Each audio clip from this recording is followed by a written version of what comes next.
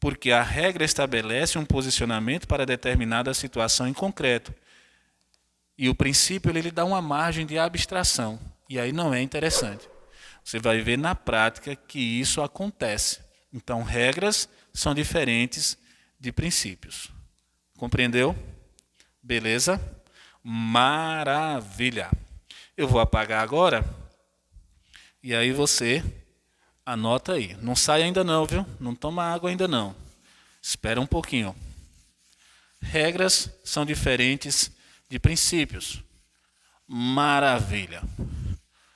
Quando eu falo de princípio, gente, quando eu penso em princípio, ou nos princípios, inevitavelmente, necessariamente, eu tenho que pensar em uma situação chamada regime jurídico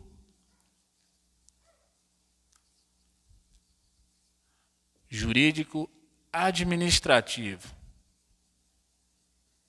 Anote aí. A gente gosta de escrever. Regime jurídico administrativo.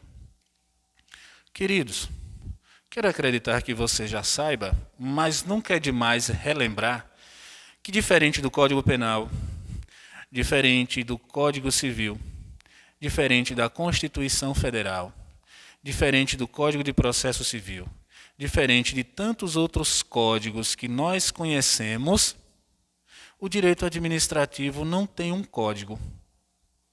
Você sabe disso, eu sei, você é desenrolado. Você está papirando, você quer passar no seu concurso.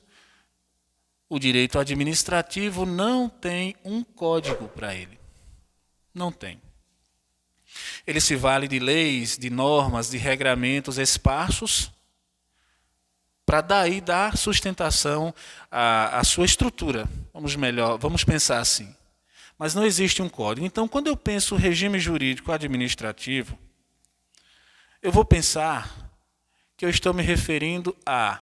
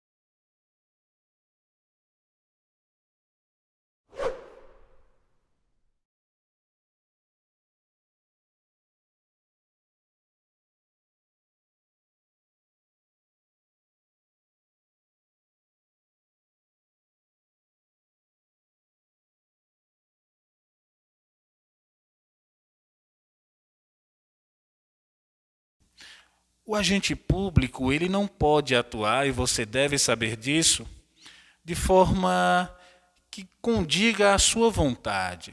Não. O agente público tem um limite na sua atuação. O agente público, vamos pensar o policial militar, ele é o responsável pela segurança, maravilha. A lei diz que ele pode usar a força, maravilha.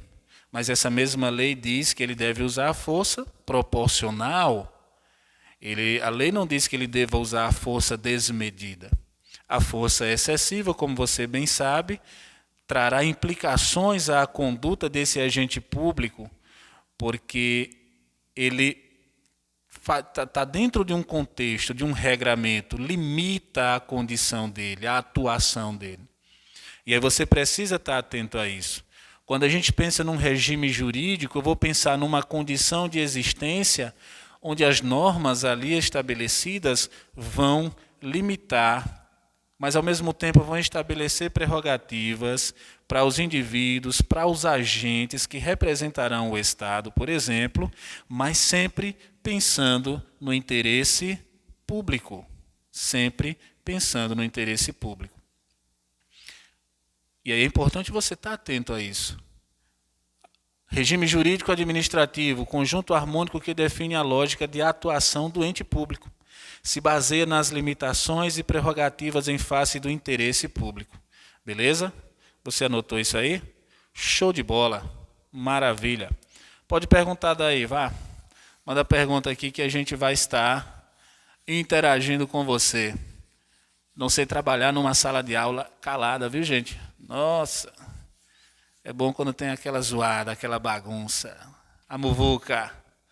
Dito isso, meus caros alunos, vamos continuar. Já estabelecemos algumas definições sobre princípios, já estabelecemos algumas características essenciais sobre o que seja regime jurídico administrativo. Também nós já estabelecemos algo que é muito importante e você não pode esquecer, que regras e princípios são duas condições extremamente distintas. Não as confunda, porque isso aí pode trazer sérias implicações, não só de conhecimento, mas principalmente nas provas. E a partir de agora, meus queridos, a gente vai estar dando início ao aprofundamento das questões sobre princípios. E aí nós vamos começar um pouquinho sobre princípio do interesse público e indisponibilidade do interesse público, tá bom? Nós vamos tratar disso aí. Princípio do interesse público e indisponibilidade desse interesse público. Um abraço, a gente volta daqui a pouco.